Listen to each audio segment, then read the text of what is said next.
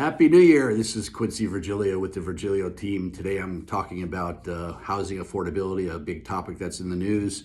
And every time housing affordability comes up, the 50-year mortgage is the one that's a solution or a proposed solution. The idea is simple, lower the payment by stretching it over more years, right?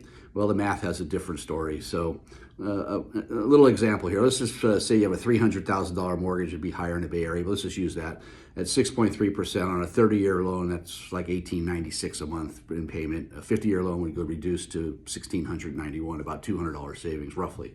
Life-changing? Not exactly. But the interest cost is where it gets painful. Over 30 years on that same loan, you will pay about $383,000 in interest. And when converted to a 50-year loan, it's $715,000. That's almost double. So the privilege of saving $200 a month is cost and interest.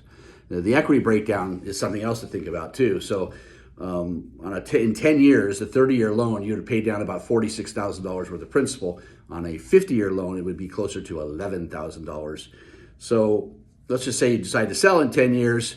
The cost of sale roughly 6%. Most of the money you've saved in principal on a 50-year loan will be wiped out in seller costs. So the market reality is something else too.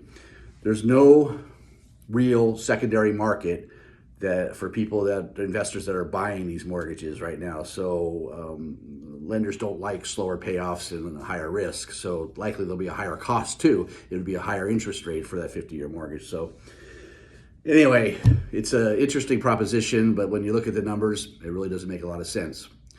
Let us know how you think about that. And if you're thinking about any buy, selling, or other options, please give us a call.